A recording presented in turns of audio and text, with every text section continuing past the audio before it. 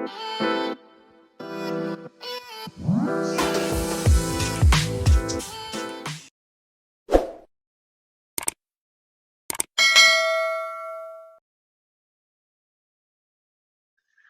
Joe, I want to move on from packaging and talk about this process of reverse engineering industry worst practices, because I think it's a really interesting point. So you guys have created almost like a 7-step guarantee here based on reverse engineering. So talk me through this. Look, I can't honestly remember where I got this. I think it might have been from John Willalow, who wrote Built to Sell and a couple of different books. And then I had, many different coaches over the years, including Ed.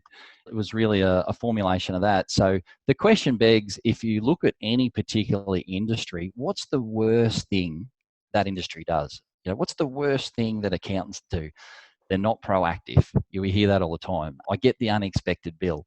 I never know when my work's going to be done and how long it's going to take my work to be done. I don't know when to drop off my work. You could sit in a room with 30 accountants and you'd probably come back to the same 7 things we've got on the screen. So what I did with the team some years ago was say, hey, how about we reverse engineer that and guarantee that we won't do that and get everyone on board in the same direction. Ed sort of really finished it off for me when he said, Ed spoke about what's called a loss leader. Everyone knows what a loss leader is, but the worst thing you can do with a new client or a new leader prospect is put a big barrier in front of them. And so if we quickly run through the 7 steps, one of the things that we had as a loss leader then when working with Ed was, what, any new client we got, we'll move you to the cloud for nothing, depending on the size of the client. But generally, overall, 80-20 rule, we'll move you to Xero to the cloud because we get the single ledger. And we knew from a fact from using Xero, we'd pick up 30% efficiency straight away. And it was just quick and easy. And, we don't have to explain what the benefits of the cloud are. Yeah. So, our first step was single ledger, and don't charge the client for that. Just get them over to it. And, okay, we might have taken a hit the first year, but every year we get the 30% efficiency and away we go. But put a value to it. Like that's normally, $500 a day. For $50,000. There's no joke. $50,000. It was a back of house and the front of house.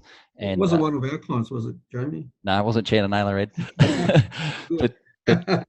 but we priced the setup implementation of this client of $9,000 to move them to the cloud. Now we said if you sign a 1-year contract or a 2-year contract, then we could discount that down or eliminate it. So there's another thing you can do that the tribe should look at.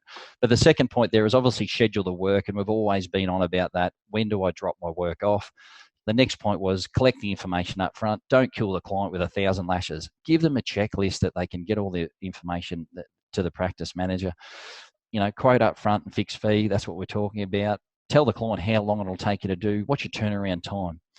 We had a policy of no cost and phone calls, and you've got to monitor that. You've got to control that and educate the clients that they don't abuse that. But that was part of our guarantee. And then, of course, as we touched on earlier, Brenton, the annual general meeting, which was the wealth check and the business health check as well. So that was really the guarantee. And years ago, when I went to clients and asked them to pay me up front, they said, well, what's in it for me? This is what's in it for you. I asked one thing, and that's to be paid up front. And so 97% of the clients all went to payment up front, and then later we moved to the monthly fixed packaging as we've discussed today. Absolutely. The important thing then is get the team to live it from, everyone in the team to live that guarantee. Yeah.